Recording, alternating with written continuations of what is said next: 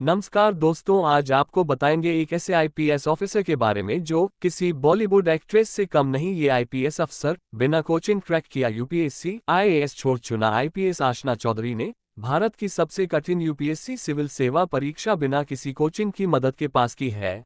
उन्होंने परीक्षा में काफी बेहतर रैंक हासिल की थी, जिसके बाद उन्हें आईएएस मिल सकता था, लेकिन उन्होंने आईपीएस को चुना। भारत में लाखों युवा सिविल सेवक बनकर देश की सेवा करने का सपना देखते हैं। हालांकि इस लक्ष्य को प्राप्त करने का सफर आसान नहीं है। इसके लिए कड़ी मेहनत, समर्पण और दृढ़ता की आवश्यकता होती है। ऐसे ही एक प्रेरक उदाहरण है आशना चौधरी, जिन्होंने अपने जीवन में कई चुनौतियों और बाधाओं का सामना किया, लेकिन अपनी महत्वाकांक्षा को कभी नहीं छोड़ा। आशना एक आईपीएस अधिकारी हैं, जिन्होंने 2022 में 116वीं रैंक के साथ यूपीएससी परीक्षा पास की थी।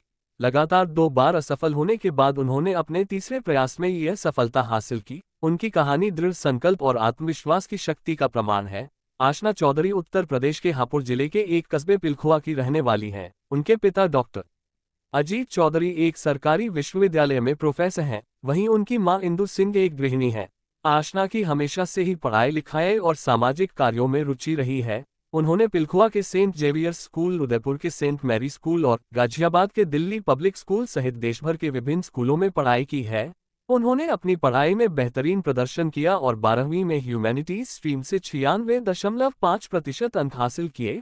उन्होंने भारत के सबसे प्रतिष्ठित कॉलेजों में से एक दिल्ली विश्वविद्यालय के lady Shri Ram college for women से इंग्लिश लिटरेचर में ग्रेजुएशन की पढ़ाई की। उन्होंने साउथ एशियन यूनिवर्सिटी से इंटरनेशनल रिलेशंस में मास्टर्स भी किया।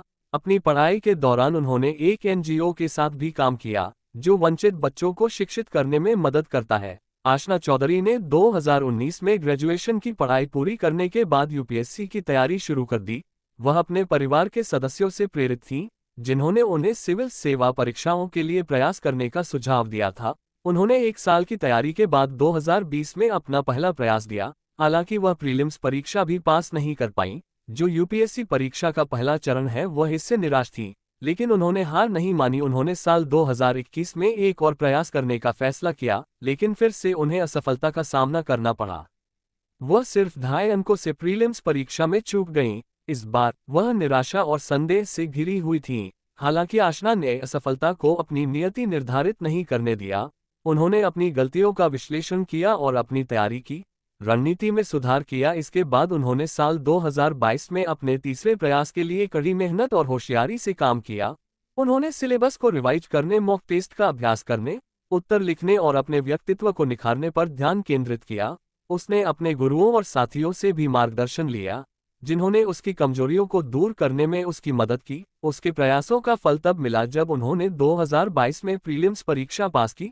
वह बहुत खुश थी, लेकिन संतुष्ट नहीं थी। वह जानती थी कि यूपीएससी परीक्षा के अगले चरण अधिक चुनौतीपूर्ण हैं। हालांकि उन्होंने मेंस परीक्षा के लिए कड़ी मेहनत और लगन से तैयारी की, जिसमें जनरल स्टडीज, ऑप्शनल सब्जेक्ट, निबंध और भाषा जैसे विभिन्न विषयों पर 9 पेपर शामिल हैं। उसने इंटरव्यू के लिए भी काफी तैयारी की, जिसमें उम्मीदवार की personality, mental ability, communication skills और जनरल अवेयरनेस का परीक्षण किया जाता है।